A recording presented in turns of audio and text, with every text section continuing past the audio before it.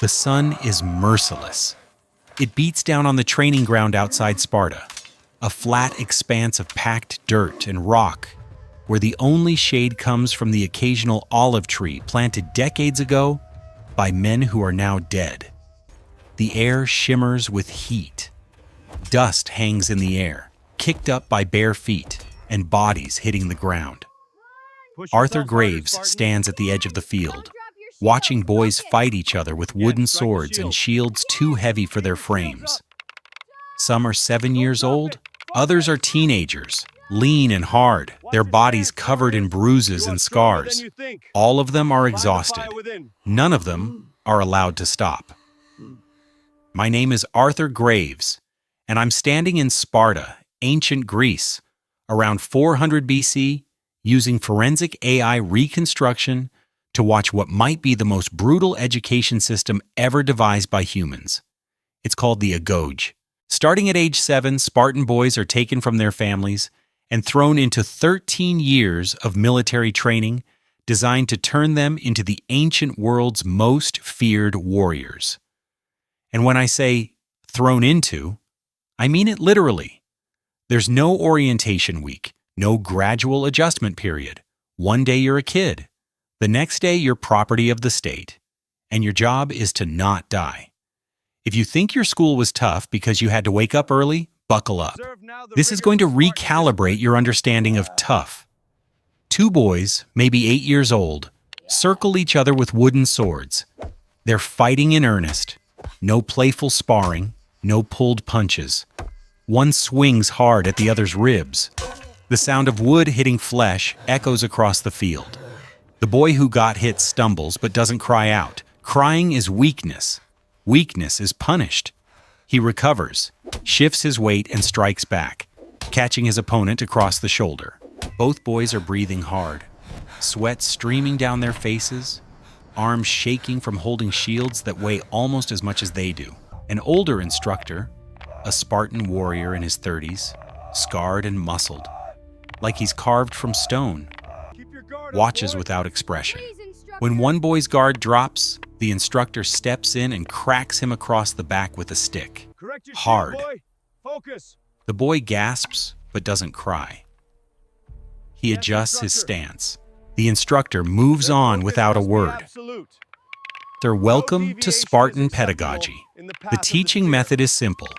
Do it right or get hit with a stick. There are no participation trophies here. No good effort speeches. You either learn to fight or you get beaten until you do. And before you ask, yes, 7-year-olds. Sparta didn't believe in childhood the way we understand it. At age 7, you're old enough to start becoming a weapon. The training ground is organized into groups based on age. The youngest boys, the 7-year-olds fresh from their families, are in one corner, learning basic stances, getting hit a lot, crying when they think no one is looking. The older teenagers train separately, their movements fluid and dangerous, bodies already transformed into the lean, efficient machines Sparta is famous for producing. None of them are given enough food. This is intentional. The Agoge operates on controlled starvation. Boys are fed just enough to survive, but never enough to feel full. It's Sparta's version of intermittent fasting, except not voluntary. And if you complain, you get hit with a stick. Ancient wellness program. Here's where it gets interesting. The instructors encourage the boys to steal food, actively encourage it, raiding nearby farms, stealing from the market, taking from each other. It's all part of the training. The goal is to teach resourcefulness, cunning, survival skills. But here's the catch. If you get caught stealing, you're beaten. Severely. Not because you stole, stealing is fine, because you got caught. Which means you weren't good enough. Spartan logic. We want you to be a thief, just a competent one. A group of younger boys huddles near the edge of the field, planning something in hushed voices. One boy, maybe 9, skinny and quick, nods to the others and sprints toward the storage building. He slips inside, grabs a small loaf of bread, tucks it into his tunic, and starts back. He almost makes it. An instructor appears from around the corner. The boy freezes. The instructor grabs him by the arm, drags him to the center of the field, and makes him stand in front of everyone. The other boys stop training. They know what's coming. The instructor doesn't yell, doesn't lecture. He just starts hitting. Calculated strikes with a wooden rod across the boy's back, shoulders, legs. The boy grits his teeth, trying not to make sound. But after the 5th hit, he cries out. The instructor doesn't stop. 10 hits. 15. The boy is shaking, tears streaming down his face. But he stays standing. That's the test. Finally, the instructor stops, takes the bread, holds it up for everyone to see, then breaks it in half and eats it himself. Lesson delivered. The boy limps back to his group. Training resumes. That kid just got beaten for being bad at crime? Let that sink in. The problem wasn't the theft, it was the execution. In Sparta, morality doesn't work the way it does in most societies. Right and wrong are measured by effectiveness and strength. Did you succeed? Good. Did you fail? Punishment. It's brutal, it's harsh, and it produced warriors so effective that Sparta dominated Greece for centuries, with a population a fraction the size of its rivals. Night falls. The boys sleep in communal barracks on rough wooden platforms with no mattresses, no blankets, nothing soft. In winter, they're allowed to gather reeds from the river to make crude bedding, but that's it. The cold is part of the training. Discomfort is part of the training. Everything is part of the training. The exhaustion is visible in every young face. Some whisper to each other, forming bonds that will define their lives. Others lie silent, too exhausted to talk. One boy, maybe 10, touches his ribs gingerly where he took a shield bash. Another examines a split lip. Injuries are constant, medical care is minimal. But one boy is missing from his group. A small figure, 8 years old, second year in the Agoge, slips out of the barracks into the darkness. He's running, not toward the training ground, toward the hills, toward home. He's trying to escape. The boy runs through the night, barefoot over rocky ground, driven by desperation and homesickness. He knows the way. His mother's house is only 5 kilometers from the barracks. He can see it in his mind. He runs faster. His lungs burn. His feet bleed.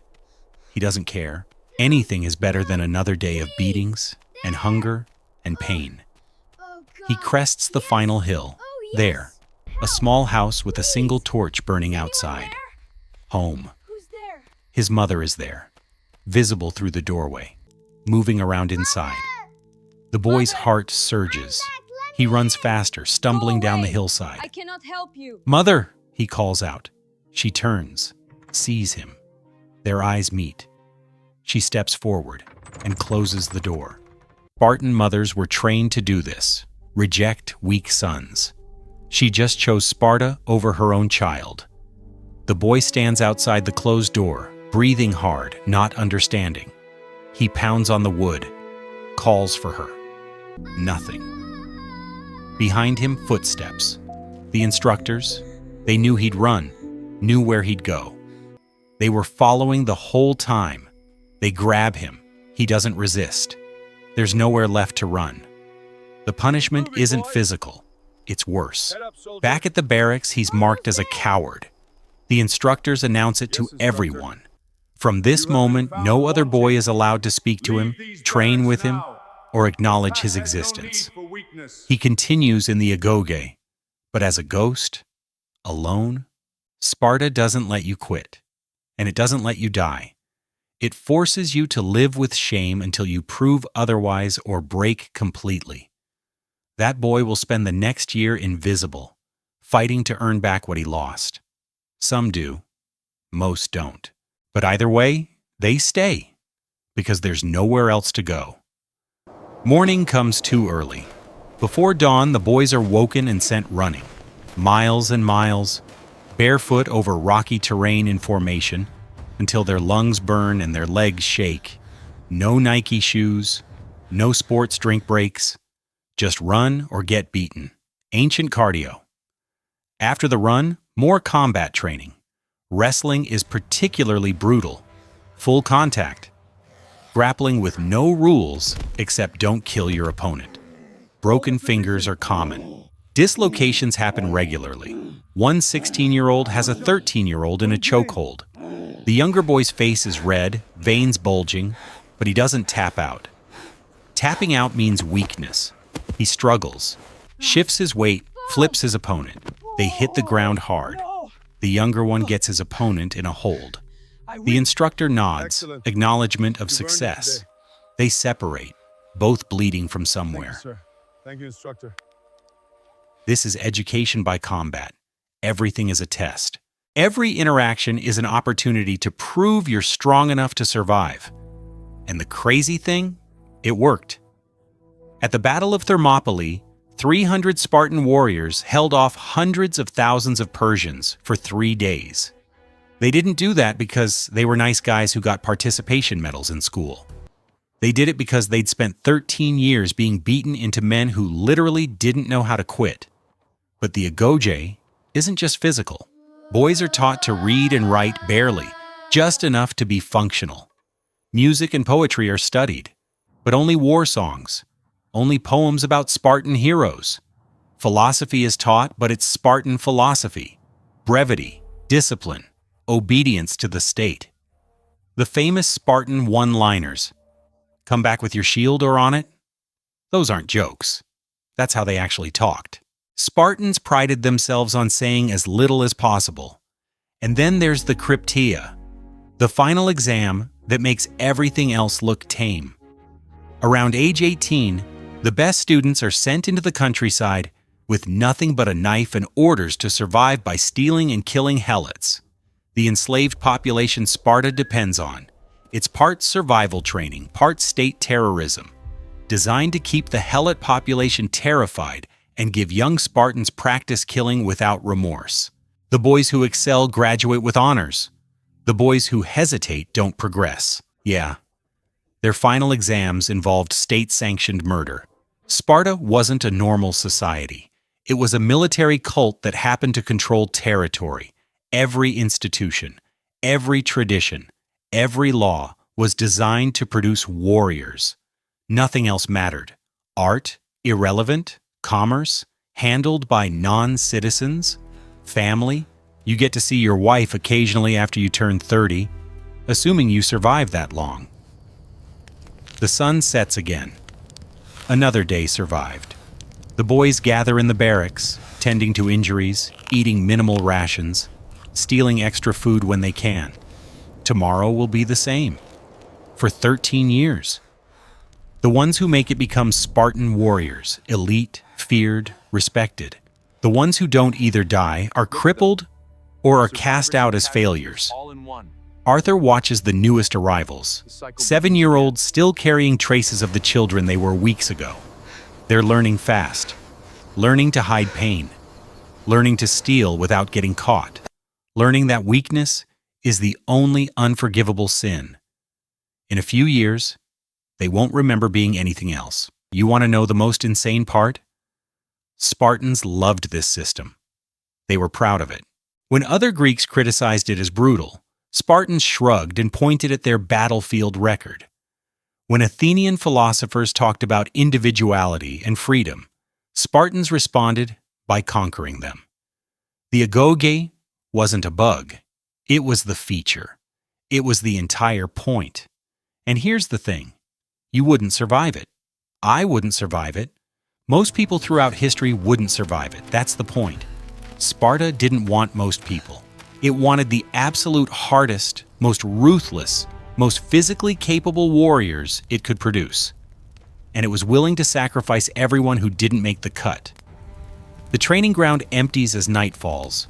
The boys disappear into barracks. Instructors patrol. In the distance, Sparta glows with firelight.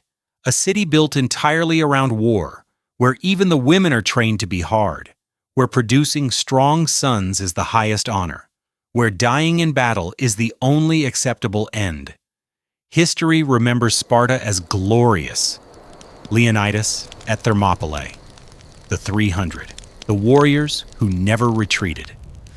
But the price of that glory was paid by thousands of boys who were broken, beaten, starved, and traumatized into becoming weapons. Some became legends, most became footnotes. All of them lost their childhoods on a dusty training field where mercy was weakness and pain was education. If this made you grateful you didn't grow up in Sparta, hit that like button. Subscribe for more history that shows the past wasn't noble. It was brutal, efficient, and occasionally horrifying. I'm Arthur Graves, and I'll see you in the next reconstruction. Stay curious, and maybe appreciate that your worst school day was still infinitely better than their best one.